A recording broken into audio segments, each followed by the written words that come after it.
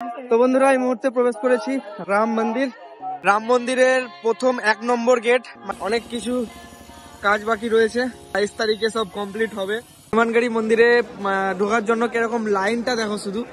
এই হচ্ছে ক্লাউড। তো যত বেলা হচ্ছে তত মানুষের ভিড় এখানে বেড়েই যাচ্ছে।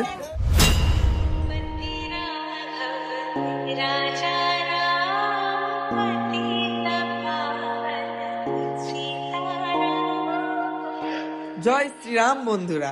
শ্রীরাম জন্মভূমি অযোধ্যা, এই পুণ্যভূমির কণায় কণায় ছড়িয়ে রয়েছে ইতিহাস। এই পুণ্যভূমিকে কেন্দ্র করে ভারতীয় রাজনৈতিক বহু উত্থান পতন ঘটেছে।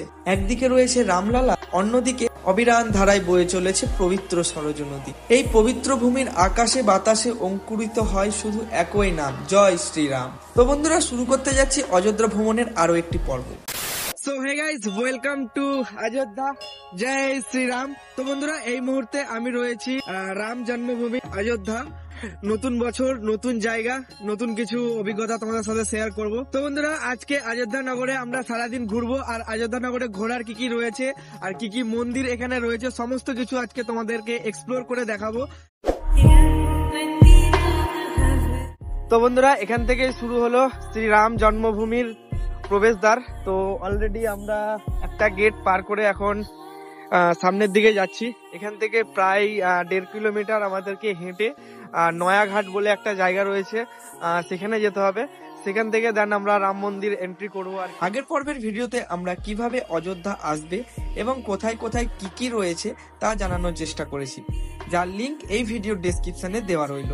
আজকের ভিডিওতে আমরা রাম মন্দির থেকে শুরু করে হনুমানগড়ি, রাজা দশরথ মহল, কনক ভবন এবং দর্শন করব রাম জন্মভূমির আরও কিছু আকর্ষণীয় স্থান।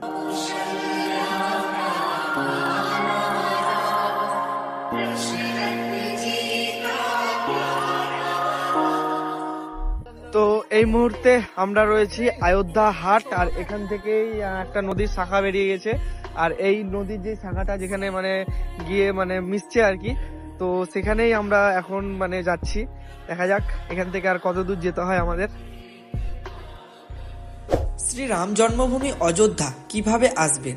ট্রেন থেকে বিমান, সমস্ত পথেই এবার অযোধ্যা পৌঁছাতে পারবেন দর্শনার্থীরা। বাংলা থেকে খুব সহজেই এবং কম খরচে অযোধ্যা রাম মন্দির পৌঁছানো যাবে।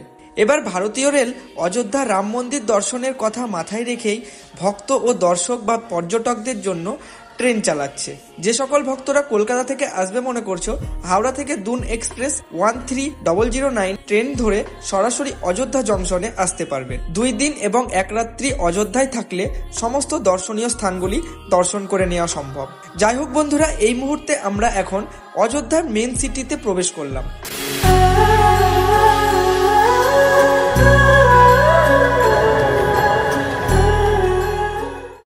তো বন্ধুরা, এটা হচ্ছে অযোধ্যার মেন সিটি। তো দেখতে পাচ্ছ খুব সুন্দর ভাবে সিটিটি সাজানো হয়েছে, একদম নতুন ভাবে এগুলো তৈরি করা হয়েছে। এখানে অনেক হোটেল পাওয়া যাবে, এই সিটিতে এসে খোঁজ করলেই অনেক হোটেল, তোমরা থাকার হোটেল পেয়ে যাবে। এই পাশে খাবার হোটেলও অনেক রয়েছে, আর এখানে মেডিকেল স্টোর রয়েছে। তো দোকানগুলো দেখে মনে হচ্ছে যে প্রত্যেকটা দোকান একই রকম, কিন্তু এখানে আলাদা আলাদা দোকান রয়েছে। আর বন্ধুরা, এদিকেই রয়েছে তুলসীদাসের পার্ক, তুলসীদাসকে উৎসর্গ করে এই পার্কটা তৈরি করা হয়েছে। তো বন্ধুরা, এই মুহূর্তে আমি এসে পৌঁছালাম তুলসীদাসের পার্ক, তুলসীদাসকে উৎসর্গ করে এই পার্কটা তৈরি করা হয়েছে। তো এখন ভেতর থেকে পার্কটা আমরা দর্শন করব, দেখা যাক কি কি রয়েছে এই পার্কে। আমরা এখন প্রবেশ করলাম গোস্বামী তুলসীদাসের পার্ক, যা অযোধ্যা জংশন থেকে 2 কিলোমিটার দূরে অবস্থিত। দেখতে পাচ্ছ, তো ইনি হচ্ছেন স্বামী তুলসীদাস, যিনি রামায়ণ কথা লিখেছিলেন। অযোধ্যা ভ্রমণের সময় দেখার জন্য জনপ্রিয় স্থানগুলির মধ্যে একটি তুলসীদাস উদ্যান।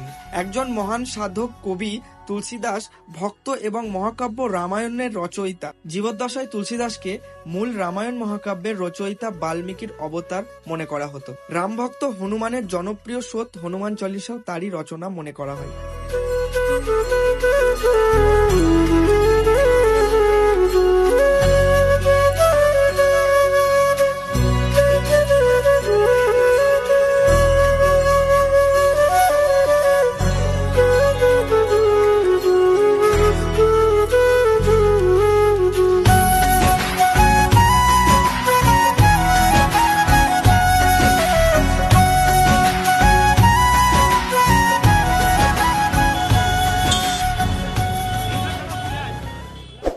তো বন্ধুরা এই মুহূর্তে আমি প্রবেশ করলাম রাম জন্মভূমি মানে রাম মন্দির যাওয়ার জন্য এই রাস্তা থেকে।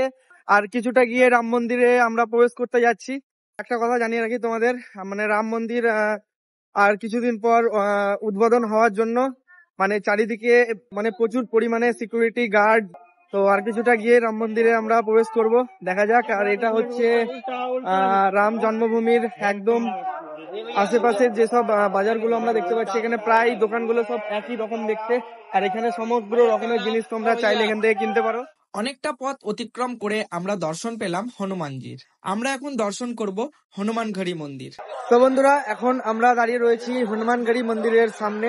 তো দেখতে পাচ্ছ মানুষের ক্রাউডটা কেমন। এখন হনুমানগড়ি মন্দিরে ঢোকার জন্য কিরকম লাইনটা দেখো শুধু, এই হচ্ছে ক্রাউড। কথিত আছে হনুমান শ্রী রামচন্দ্রের সব থেকে পরম ভক্ত হওয়ার সত্ত্বেও রামচন্দ্রের সাথে বৈকুণ্ঠে কেন যাননি? এই প্রশ্নের উত্তর মিলবে অযোধ্যার এই প্রসিদ্ধ হনুমানগড়ি মন্দিরে। শ্রীরাম যখন লঙ্কা জয় করে অযোধ্যায় আসেন, হনুমানও তার সাথে অযোধ্যায় আসে। প্রভুরামের পরম ভক্ত হওয়ায় হনুমান এই অযোধ্যাতেই থেকে যান, তার রাজ্যেও তাকে আর ফিরে যেতে হয়নি।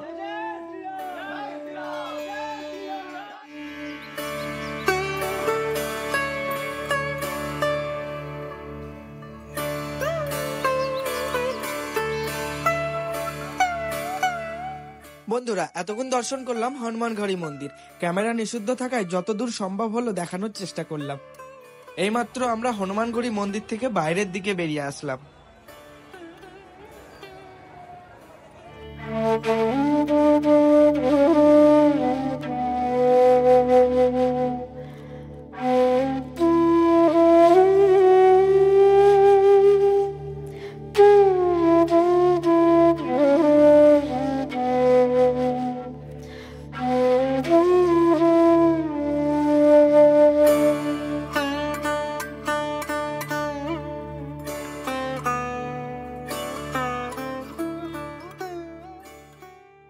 এখন আমরা চললাম রামলালার দর্শন করতে। হনুমানগড়ি মন্দির থেকে 500 মিটার দূরেই অবস্থিত রামলালার মূর্তি, যেখানে একসময় মুঘলরা রাম মন্দির আক্রমণ করে বাবরি মসজিদে পরিণত করেছিল। পরবর্তী সময় অনেক আইনি লড়াইয়ের পর সম্প্রতি পুনরায় নতুন করে রাম মন্দিরের নির্মাণ শুরু হয়েছিল 5ই আগস্ট 2020 সালে। 22শে জানুয়ারি 2024 রাম মন্দির ওপেনিং হয়ে যাচ্ছে জনসাধারণের জন্য।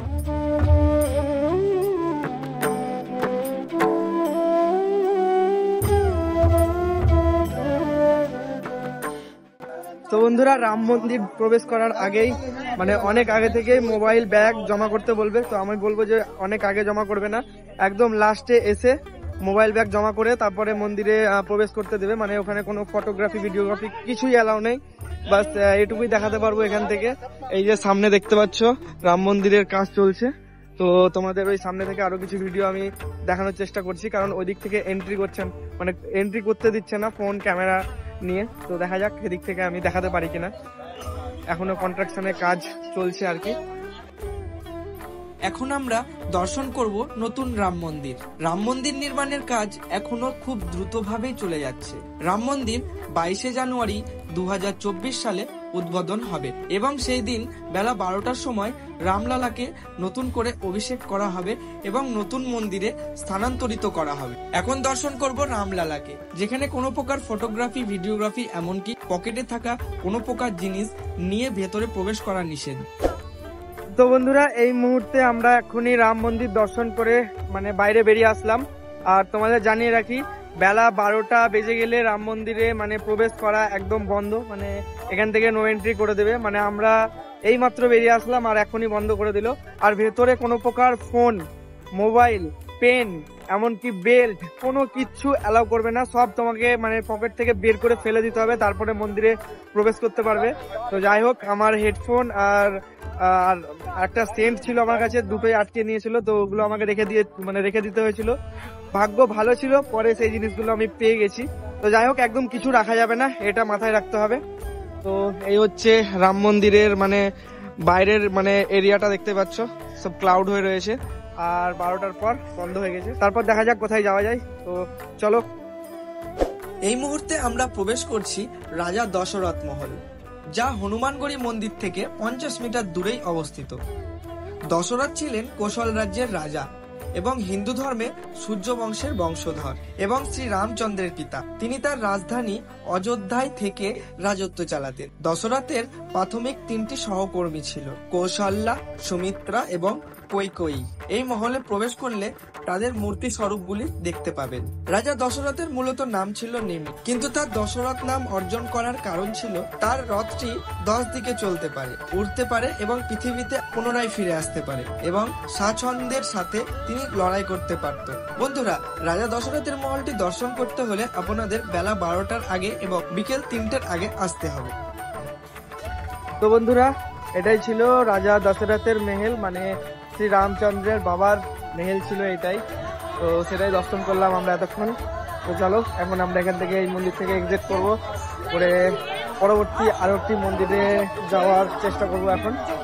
তো এখন ক্রাউডটাও দেখতে পাচ্ছ মানুষের, যত বেলা হচ্ছে তত মানুষের ভিড় এখানে বেড়েই যাচ্ছে।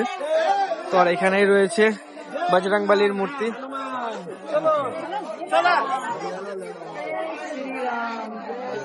জয় শ্রীরাম। বজরংবলীকেও দর্শন করে নিয়েছি। তো এখন আমরা এই মন্দির থেকে বাইর হব, দিয়ে আবার পরবর্তী একটা মন্দিরের উদ্দেশ্যে যাব।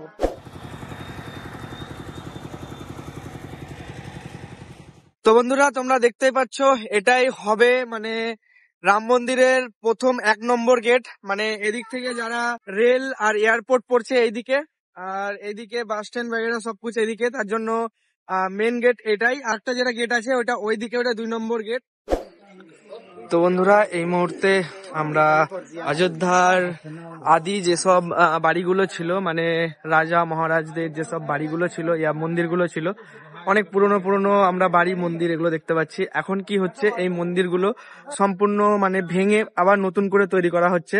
প্রায় যত রাস্তায় আমরা যত মন্দির দেখলাম, দোকান দেখলাম, অলমোস্ট সব পুরনো মন্দিরকে আবার নতুন করে ভেঙে তৈরি করা হয়েছে।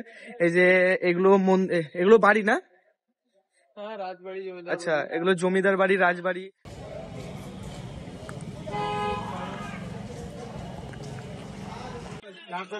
ये वाला 400 रुपए,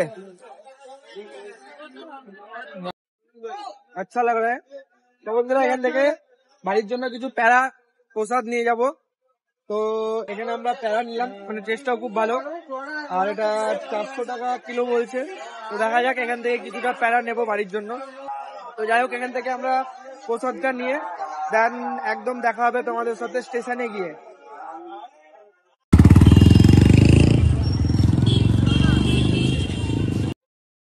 তো অলরাইট গাইজ, এইমাত্র আমরা এসে পৌঁছালাম অযোধ্যা রেলওয়ে স্টেশন। তো এখান থেকে আমরা ট্রেন ধরবো দিল্লির উদ্দেশ্যে। তো অলমোস্ট আমাদের যত মন্দির ছিল অযোধ্যাতে আর রাম মন্দির আমরা দর্শন করে নিয়েছি। তো দেন এখন আমাদের বাড়ি ফেরার পালা। তো যাই হোক, আজকের ভিডিও আর বেশি বড় করছি না। আর রেলওয়ে স্টেশনে আরো কিছু আপডেট রয়েছে। তো চলো এখন স্টেশনের ভেতরে যাওয়া যাক। তো বন্ধুরা, এই হচ্ছে অযোধ্যা জংশন স্টেশন। মানে রাম মন্দির আসার জন্য অযোধ্যা জংশন স্টেশনে মানে নামতে হবে, মানে যারা ট্রেনে আসবে মনে করছো। তো এই স্টেশনটা মানে আগের তুলনায় অনেক আপডেট হয়ে গেছে, আর পরবর্তী সময় আরো আপডেট হবে।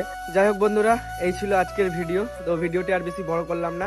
আর কেমন লাগলো অযোধ্যা ঘুরে অবশ্যই কমেন্ট করে জানাবে। তো গাইস, ভিডিওটি যদি তোমাদের ভালো লেগে থাকে অবশ্যই লাইক করে জানাতে ভুলবে না, কমেন্টও অবশ্যই করবে। তো যাই হোক, আজকের মতো এইটুকুই। তো বন্ধুরা, আবার দেখা হচ্ছে পরবর্তী কোনো একটি ভিডিওতে। ততক্ষণ সুস্থ থেকো, ভালো থেকো, বাই। জয় শ্রীরাম।